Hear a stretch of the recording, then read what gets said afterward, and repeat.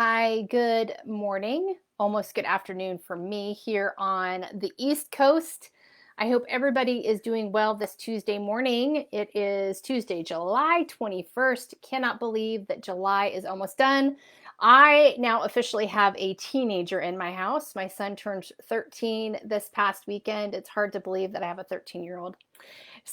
As you can see in my comment, I said, good intentions do not guarantee success, but there are ways that we can adapt and flex those resilience muscles. And this is something that is really prevalent in my own life right now. So I would love the opportunity to share that with you. Good morning, whoever's on. Please drop me a comment. Tell me where you're at. Good morning. Good morning. So, good intentions aren't enough to guarantee your success.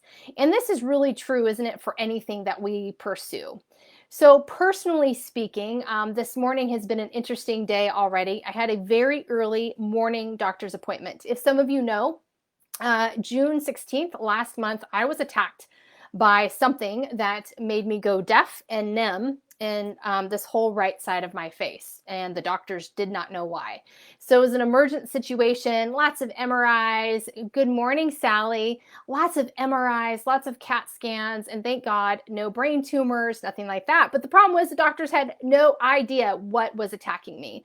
Since June 16th, I've been going through just lots of medications. I've been having steroid injections into my ear. Yes, they're as awesome as they sound, but I feel like I'm pretty awesome. I've had three, so I can take it.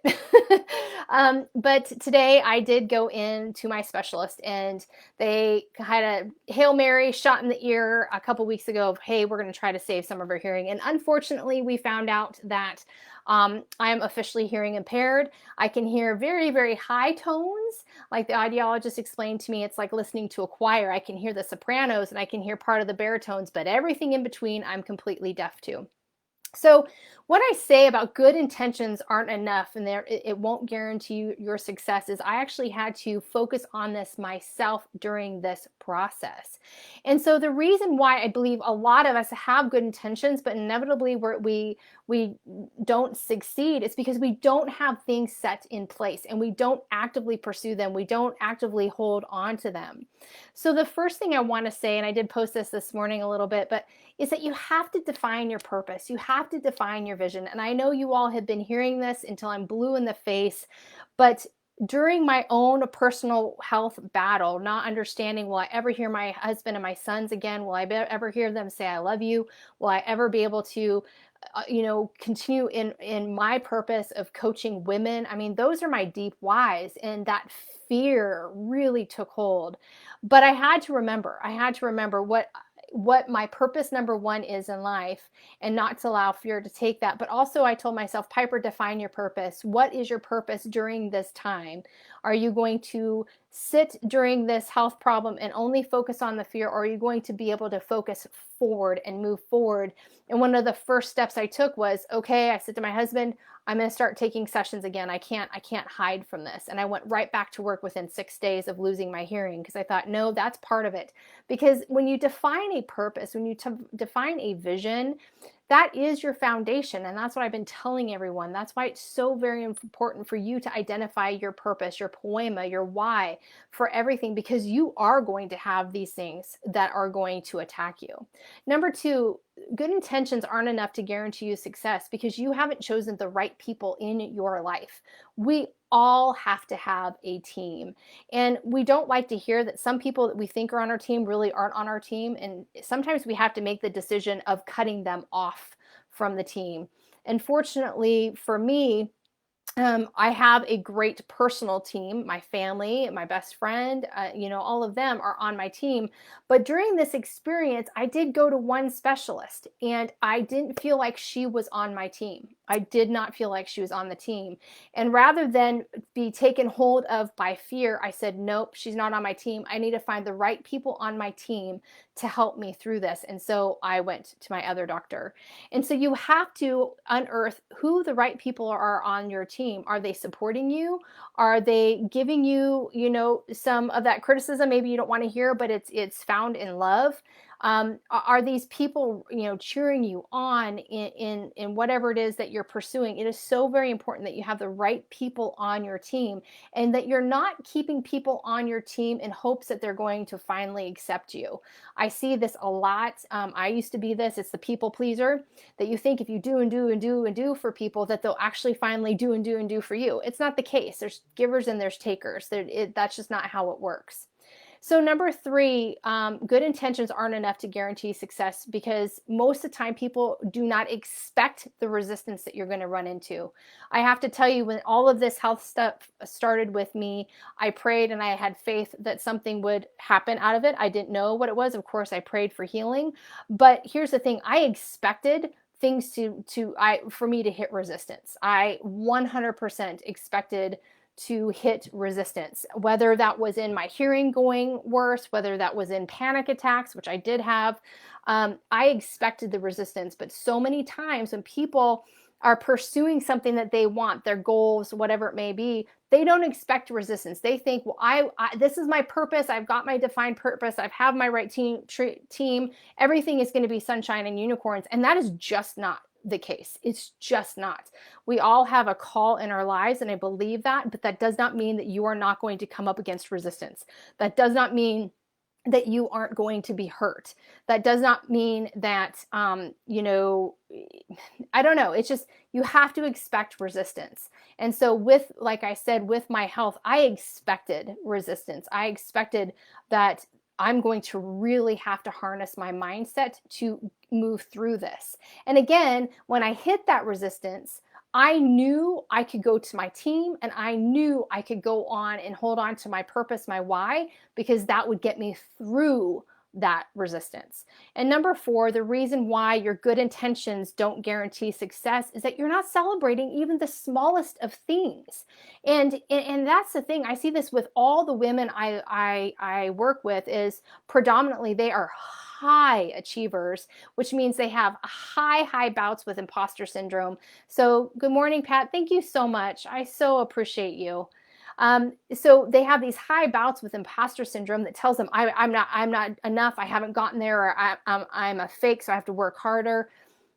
You have to celebrate the smallest of things, no matter where you're at within chasing your goals, or maybe you're in the middle of some sort of crisis like I was myself. You have got to celebrate the small things.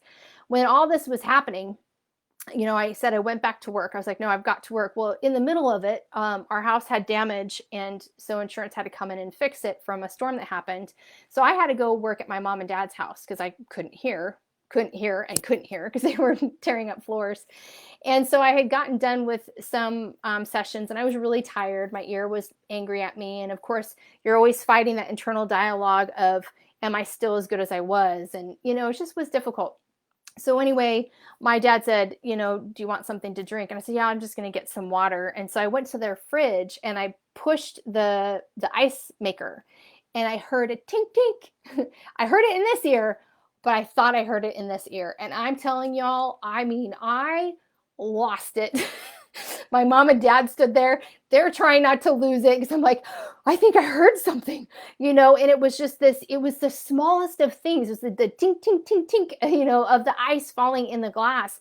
But I celebrated the smallest tink, tink, tink, even in the glass. And then right after that, my hearing went away again. And I was so fearful. And I thought, oh my gosh, what am I going to do? And I called the doctor, and he said, let's get you back in. And so they gave me my first injection. And guess what? I got through the injection. I thought I was going to die when I saw this giant needle coming towards my ear. And I just told myself, Piper, do it. But I celebrated that I could take a needle in the ear. It sounds silly, but in order for any of us to get through anything, your intentions are not enough. You have to follow it up with action.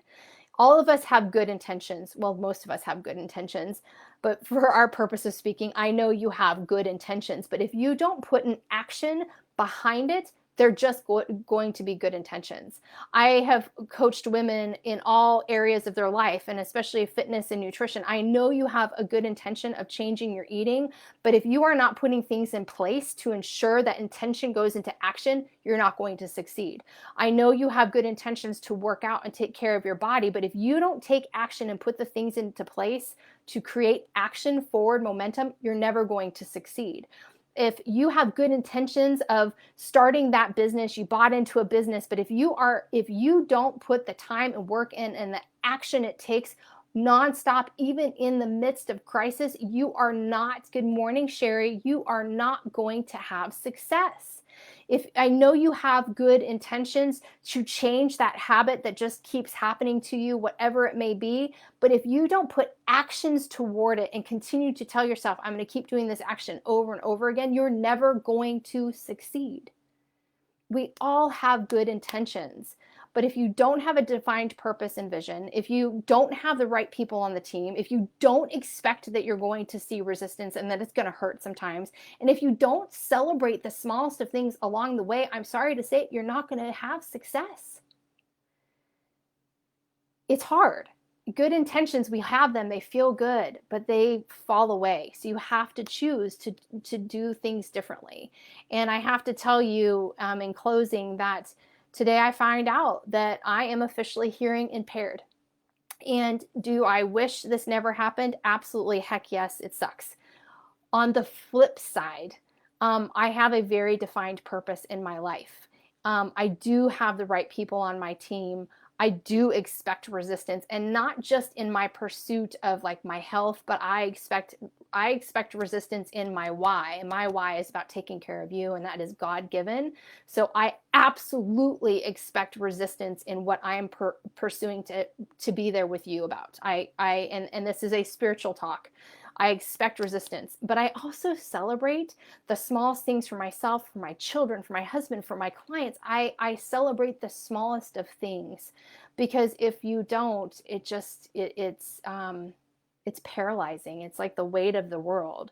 And so, you know, I didn't just have good intentions with what happened with my health. I set things into place to guarantee that no matter what the outcome was, that it would be a success. And it is. I'm still here today talking to you. I'm adapting.